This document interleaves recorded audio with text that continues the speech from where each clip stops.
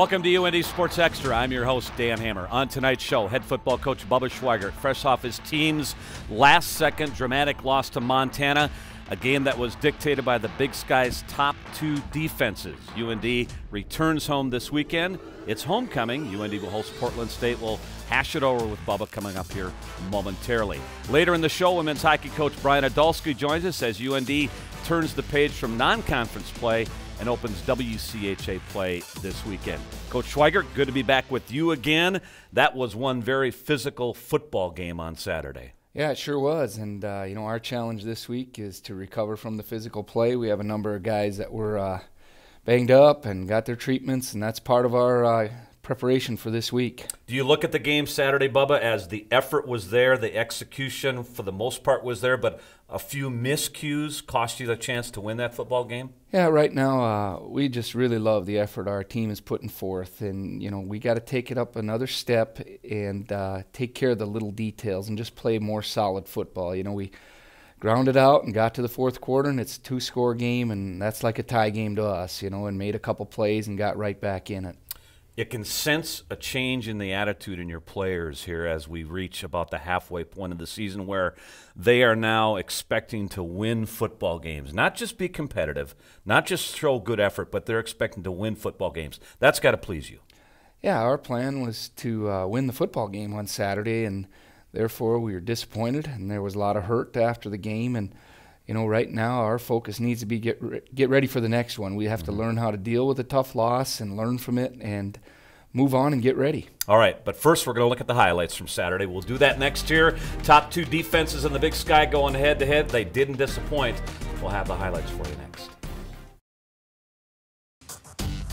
UND Sports Extra on Midco Sports Network is presented by the University of North Dakota.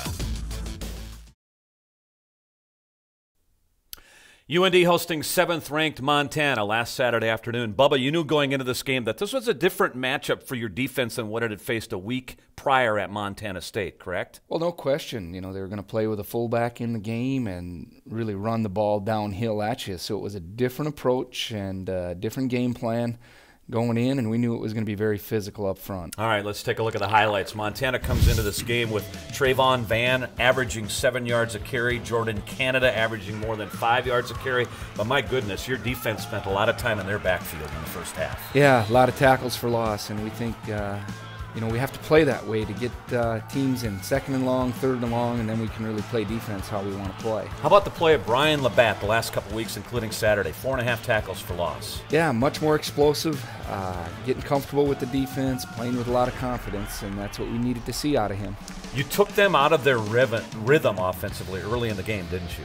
Well, they wanted to run the football, and we took that away from them, and they had to throw the football, and we just weren't solid enough in a couple situations against the pass to really hold them down. You're very high in the FCS in tackles for loss, averaging nearly 9 per game. In the first quarter, Montana had 7 rushes for minus 21 yards, so you had established your defense early in the football game here. Yeah, I think so. The guys came off the edges, and we got the ball to bounce, and that's when you have chance to make tackles for loss. Offensively, Kyle Norberg running well again here. Yards after contact. You like to see that. Yeah, there were several good plays by our offensive line. When we got on people, against a very good defensive front, we were able to move them and just need to be more consistent. How about the miscues, though, Bubba, that your offense did experience on Saturday that were really a factor in the football game? Self-inflicted wounds. Here you see the bad snap, and it's a 25-yard field position loss, and right. The way we are built and the way we play, we got to play for field position, and that really affects us. Well, and those type of miscues, whether they're a bad snap or penalties, really do affect an offense which is a ball control offense like yours. Yeah, very much so. Probably affect us more than a lot of other teams. Here you see the safety, gave Montana some momentum, but we recovered from that, and I really like our guys' resiliency right now. We were able to recover from some adversity, and we need to keep working on that and avoid those situations. How about the pressure that not only you put on their run game, but quarterback Jordan Johnson, a dual-threat guy, you hammered away at him and knocked him out of the game on a couple occasions on Saturday. Yeah, I think our guys executed well on our pressures and executed well throughout the game and just kept them in the pocket, and we were able to sack them a couple times and get after them pretty good. One blitzing down after another seemingly, whether it was run blitz, pass blitz in this football game. Yeah, you know, we want to play and bring pressure, and if we stop the run, we're able to do that, and that's a big key to our defense. All right, late in the first half here, Montana facing 3rd and 9 at the 25, and you appear to have made a stop. This will be coming up here. 9 quarterback hits, 2 sacks in the game. William James is going to be called for a personal foul. I know you can't comment on officiating, but this is one of those probably tough breaks as you look at it in the game here, Bubba. Yeah, you know, and you got to be able to handle it. We still had a chance to keep him out of the end zone and force him to kick a field goal, but that was unfortunate, and somehow we got to be able to overcome this. Yeah, so this is late first half now. 3 plays later after this, then Shea Smith-Wakan finds Van for the touchdown, and it's going to be 8-0 at the half here. What was your theme at halftime here in a very tight game, and one in which you probably liked the style of the game that was being played at the time? Yeah, it was low scoring. We figured it would have to be low scoring for us to be in the game, and you know, we really felt like we had a chance to win, and we challenged our guys to, hey, this isn't about getting close. This is about going out and winning a big game at our place. All right, we'll head to the second half here. A dramatic finish as UND and Montana go to the wire. We'll have the second half highlights next. UND Sports Extra on Midco Sports Network is presented by the University of North Dakota. Welcome back to UND Sports Extra with head football coach Bubba Schweigert recapping UND's dramatic but last-second loss to Montana last Saturday. Bubba, let's take a look at second half highlights here. And Montana's second possession, part of a 13-play drive. They didn't generate many drives against your defense on Saturday, but this was one of them here early in the second half. Yeah, you know, they converted some 3rd downs and converted a 4th and short there, and, you know, just got us in a tough matchup. You know, he's a tough matchup, and here we get him to 4th down again, and really had an opportunity and didn't execute that call as well as we need to. Yeah, so they convert on 4th and 2, and then they convert on 4th and goal for the touchdown, 15-0. But you answer here, your biggest offensive play of the day coming here. Joel Morberg to his favorite deep threat now, Dev Ferguson. Yeah, great catch by Dev, and you know, Joe put it out there, and a little play action. You know, if you run the football, and we were having some success doing that, we were able to go over the top of the free safety. Then Morberg's going to hook up with R.J. McGill, 12 yards here, and you're going to get something going, and you got to like the way your offense answered at this point. Yeah, you know, converting on 3rd down and keeping the chains moving and keeping momentum. 4th and 6 from the Griz 22, you convert. Zach Adler, the tight end, getting involved, and you get all the way down inside the 5-yard line, and then one of the miscues of the day here is Kyle Norberg will be stripped of the football. Yeah, ball security, we work on it every day, and Kyle, you know, is in his 3rd and 4th week of playing running back, and, you know, he's taking care of the football, but we need to do it time and time again. But your defense gets Montana off the field, so now you start with a short field, and you're going to go to work here and take advantage of the short field. Yeah, and field position is so key for us. We need to put our offense in more of these situations that we have a short field.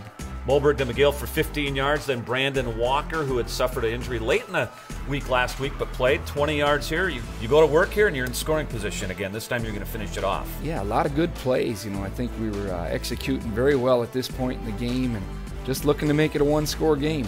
Ferguson inside the 5-yard line. That was 4th and 4. Big conversion for you there to keep this drive alive. Yeah, you need to do that in close games, and 4th down, big throw and big catch there. Here's Norberg's first career rushing touchdown. So it's 15-7 here, a lot of time left, Bubba. And then the big play that really got this game fun here coming up. Yeah, this is a lot of fun, you know, and that's what you want to do. You know, you get it to be a 1-score game, you're at home, you stress the offense, and Chris makes an excellent play here and score on defense. Chris Brown with the pick 6 to get you within 15-13. Brown seemed like he knew this play was coming almost. He read it well. Well, he's been doing a good job of preparing for games, and this is the result. You know, you just got to keep working hard and get your opportunities. You got to make the play. He makes a great catch here. Well, the Alaris Center is jumping right now, Bubba, as you're within a 2-point conversion of tying this game, and Joel Morberg's going to make a great play here to convert on the 2-point conversion. Yeah, the play breaks down, and this is what you got to do, and Luke makes a great catch in the end zone, and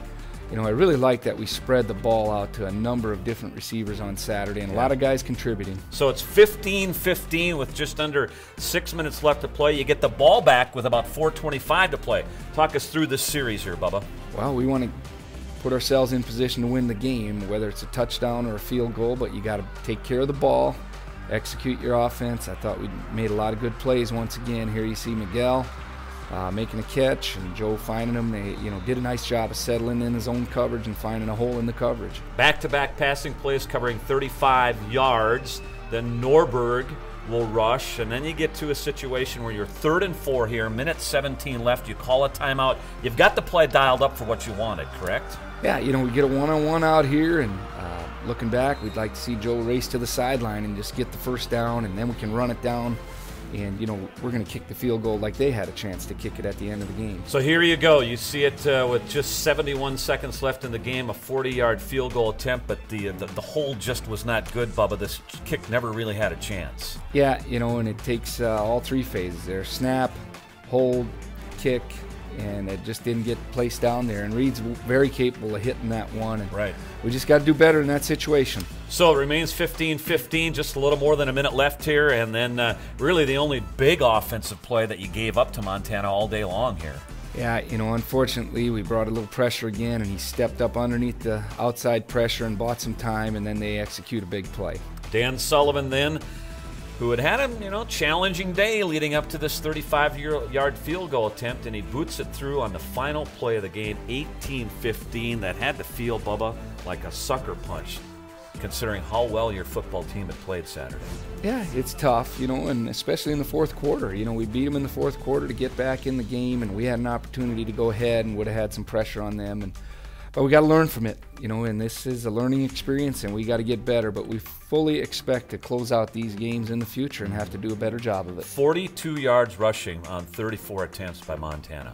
That's some mighty good work by your D. Yeah, coming into the week, we knew we had to stop the run, and we did that and put them in situations that were favorable to our defense, and that's what we have to do to continue to be in these games. Well, your defensive guys are playing with a lot of confidence these days, and it says it's all about coaching. Let's hear from them right now. Great game plan. Give it up to Coach Schmidt. The man knows what he's doing, one of the best coaches I've ever had. And so, the scheme has a lot to do with it. And really, he coaches effort. He coaches relentless pursuit, tackling, fundamentals. And he's really on us all the time. So, I want to give a lot to him, and just how he's coached us, how he's really tried to turn this program around, how he's really tried to emphasize the little things, which is what helps us be a better football team and better defense. Our coaches do a great job of scheming up against teams. We're ready for everything. We didn't see anything today that we haven't seen in practice. So, they're just doing a good job, especially with the backup quarterback, putting him into pressure. I think we just did a good job as a unit. We are exactly where we've been the past few weeks. I've been saying the same thing, that offense needs to start faster so we can help our defense. Our defense continues to play great, but we continue to put ourselves in these holes to where in the fourth quarter, those are tough to overcome. It seems like the offense can put together scoring drives when your backs are against the wall, but what does it take to get that jump started earlier in the football game? That's a good question. We're still trying to figure it out, but the big thing is limit the mistakes. Everyone's got to go out there and play with confidence, myself in general, but once we do that, we're still young in a few areas, but we're going to figure it out. We're going to be a good team to reckon with here. We just need to know, no matter 7th ranked, 1st ranked, 100th ranked, this is Division I football, so everybody's got good players. Everybody's got a good team, and we can't underestimate anybody. We can't look up to anybody thinking that they're the best team in the world, because after all, we're all human beings. We're 18 to 20-year-olds, 22-year-olds. Our coach always says they can't really predict the minds of 18-year-olds to 22-year-olds. So, every game we come in, we just need to be confident. We just need to play our kind of football and let our effort and everything take care of everything else. All right, Bubba, let's turn our page. It's homecoming week. Always special, isn't it, at UND as you host Portland State on Saturday? Yeah, it sure is, and hopefully we get a lot of people to come back, and I've heard from a lot of people that are coming back, and it's always special to have them in the building and back to enjoy the homecoming week and the weekend game. And another change of pace for your defense to prepare for a quarterback of Kieran McDonough, a guy who likes to run over people. He's not going to try to avoid anybody from his quarterback position, and a real running threat at that QB position. Yeah, he sure is. 6'2", 230. He's pretty elusive too, but he's strong and can run through tackles, and a little different plan this week. They're going to spread you out, and we won't see a fullback in the game a whole lot, very little, and just a new challenge for our guys. How nicked up are you right now? Kyle Woodsmall's out for the year. Anybody else that you think you're going to be without on Saturday? Well, we're a banged up football team, and we hope to get some guys back late in the week, but the concern for us is missed practice time. For us to play well, we need to practice well and do a good job of preparation. All right, Portland State, homecoming Saturday afternoon, 1:30. Good luck, Bubba. Thank you very much. We'll have the game for you live here on Midco Sports Network. We're back with women's hockey coach Brian Idalski and more here on UND Sports Extra. UND Sports Extra on Midco Sports Network is presented by the University of North Dakota. Women's hockey coach Brian Idalski joins us. And Brian, you've played one preseason game, 2 regular season games. What's your read of your hockey team here early this season? Well, I think for a lot of things we're doing systematically that's new, we're picking up on it pretty fast. And offensively, we're getting really what we want with some of the opportunities creating and transition. And so that's encouraging, but still a long ways to go for us to be as sharp as we want to be. In layman's terms, talk about some of those new systems that you're implementing this year to try to take advantage of your strength of your team, and that's at the blue line.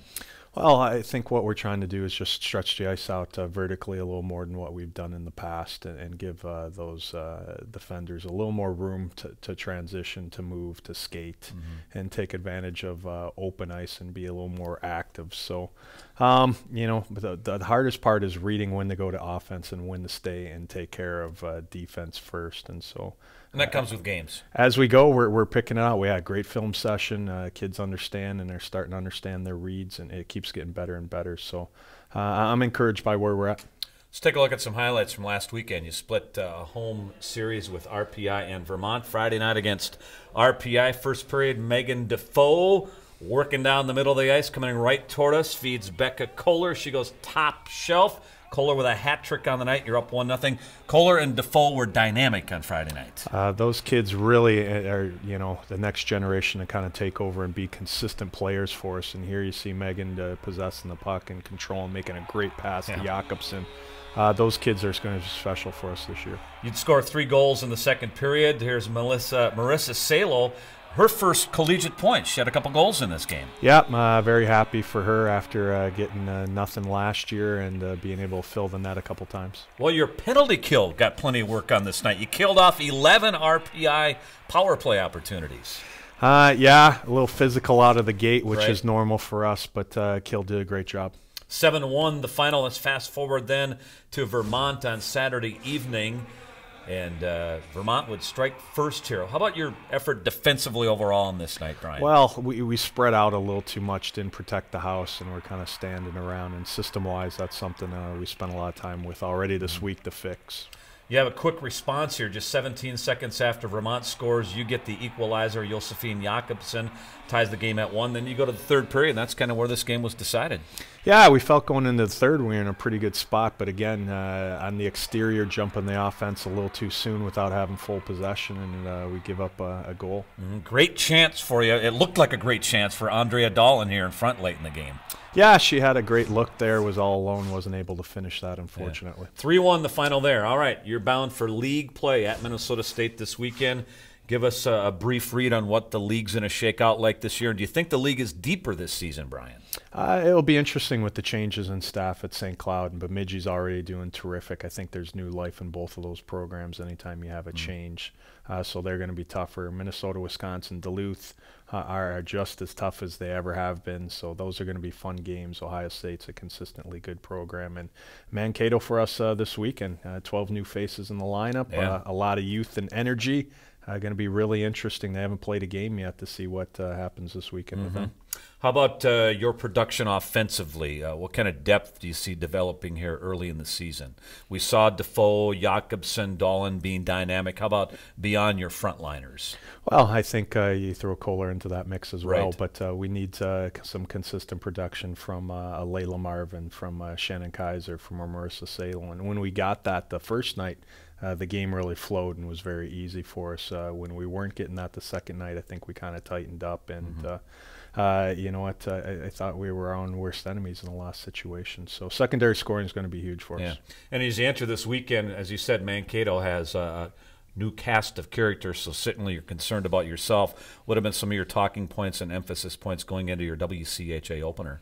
Well, really, you know, we're a defensive team that plays really well offensively, and we have to, you know, have that kind of mindset. I think there are times we're still with the new system, we're thinking offense when we should be playing solid defense. And that's an easy fix. So we've addressed it in practice.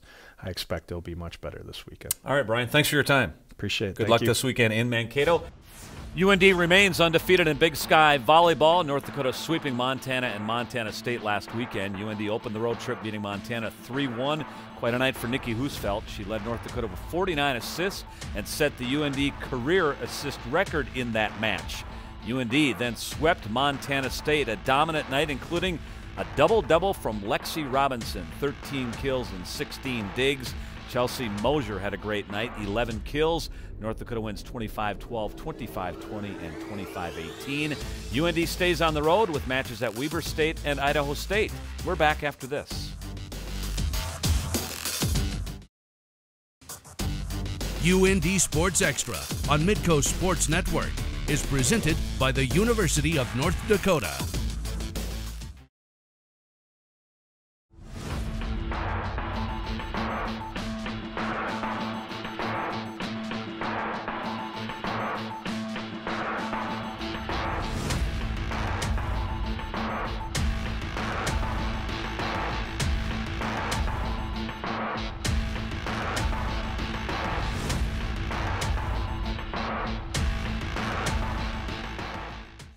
Later this week, live on Midco Sports Network, the UND men's hockey team opens the regular season against Bemidji State Friday night at 7:30, Saturday afternoon at 1:30, Big Sky football, North Dakota and Portland State.